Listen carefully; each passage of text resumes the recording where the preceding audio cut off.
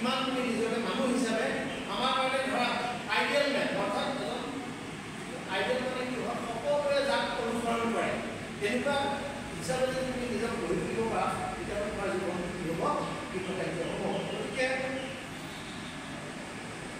জীৱনত সেইকাৰণে কি কৰিব লাগে অলপ চলপ আধ্যাত্মিক এটা জীৱন মানে চৰ্চাও থাকিব লাগে। সেইবুলি মই ধৰ্ম বিৰোধ হ'বলৈ নকওঁ।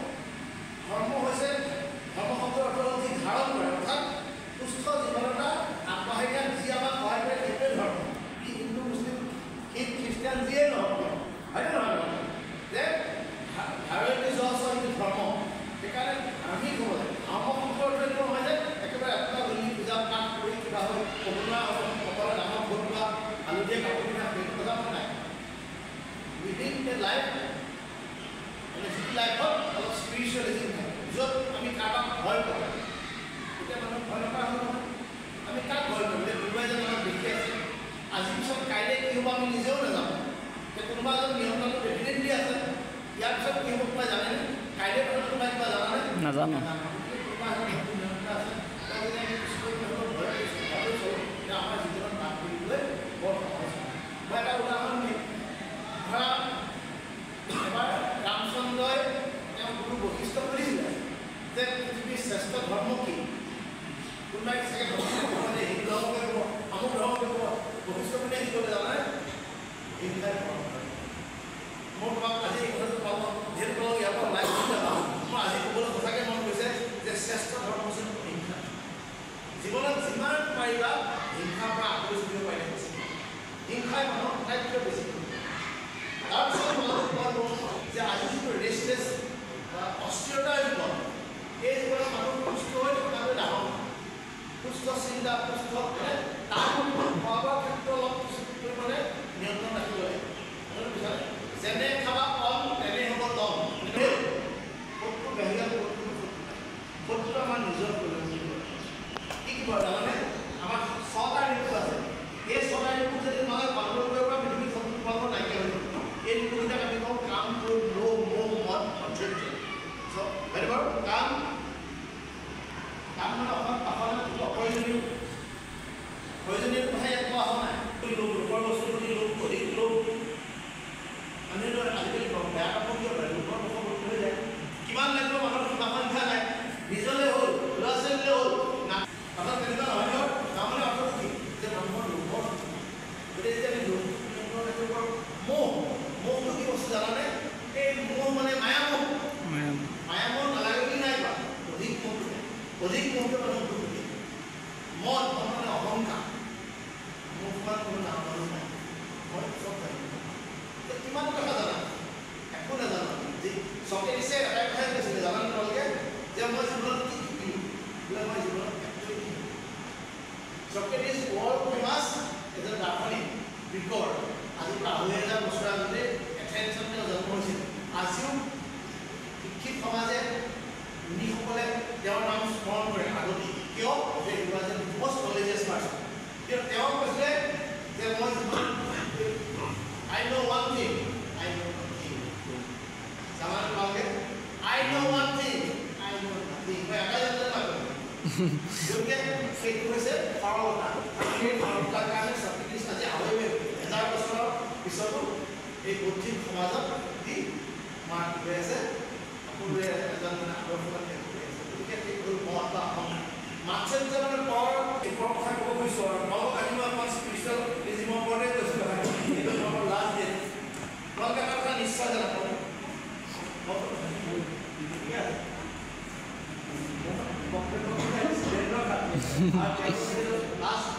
জীৱনৰ তেওঁলোকে আমাৰ কলেজত এইটো দুটা কথা মই কওঁ। প্ৰথম কথা তোমালোকে জীৱনত কেনেকৈ চলিম জীৱনত কি নকৰিম মানে কি কৰিম কি নকৰিম জীৱনটো কেনেকৈ চলিম এই তিনিটা প্ৰশ্ন মানুহৰ মাজত সদায় দেখা কি কৰিম কি নকৰিম কেনেকৈ চলিম কি কৰিম তাৰ উত্তৰ আমাৰ ভাৰতীয় মহাকাব্যৰ ৰামায়ণত কি কৰিব লাগে জীৱনটো আমি কেনেকৈ আগবঢ়াই নিম। তোমালোকে সুধিব পাৰা যে ঘৰলৈ আমি এতিয়া যাম নেকি তোমালোকে ঘৰলৈ যাবলৈ নাই পাৰা কিন্তু তাত থকা যিটো আদৰ্শ সেই আদৰ্শ এতিয়াও মানুহক সহায় কৰিব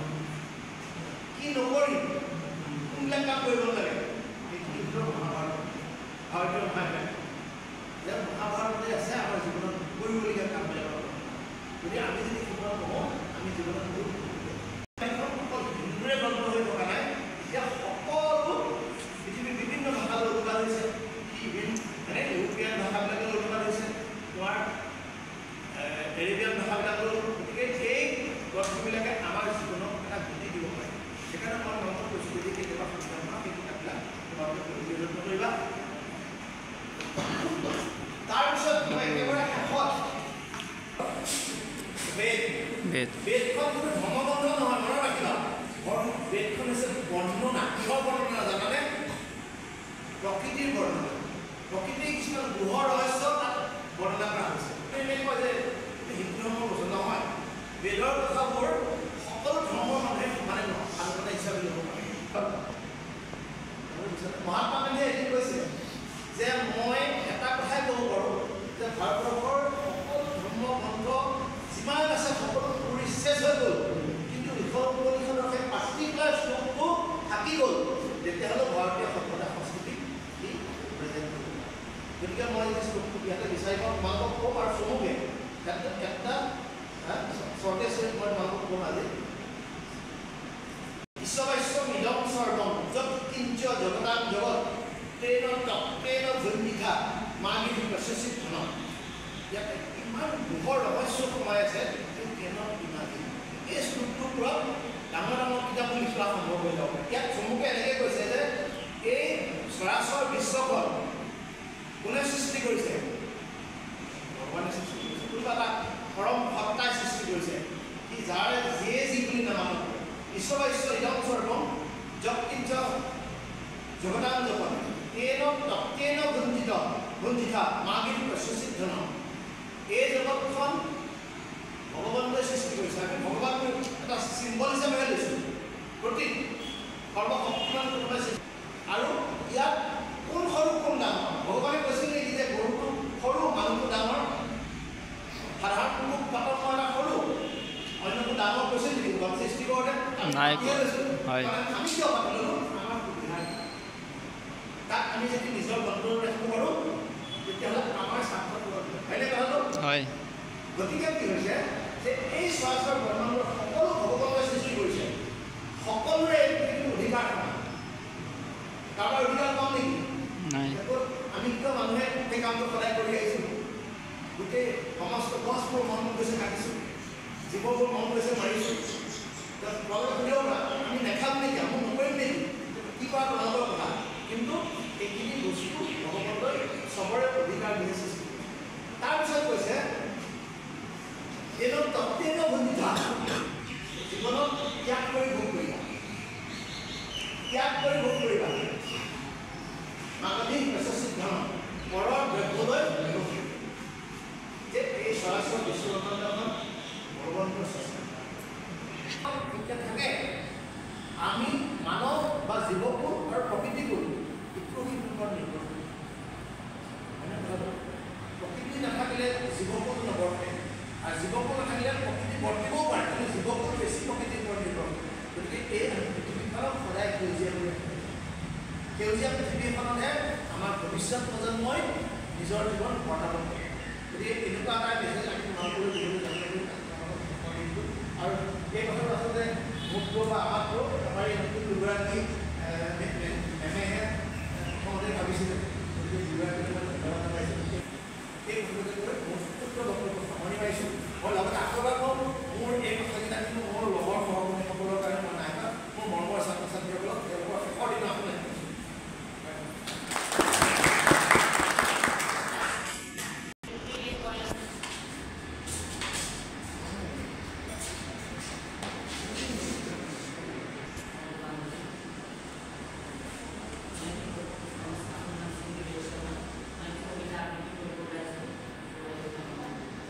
কমানো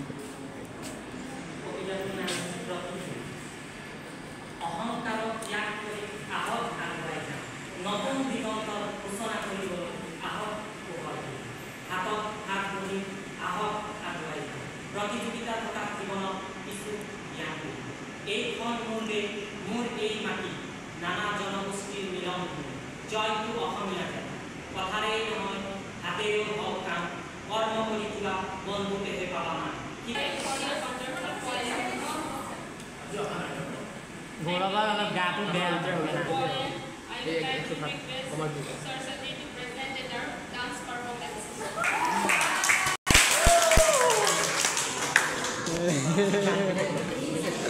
আমি চাহ আনিবলৈ গৈ আছে এয়া ঐ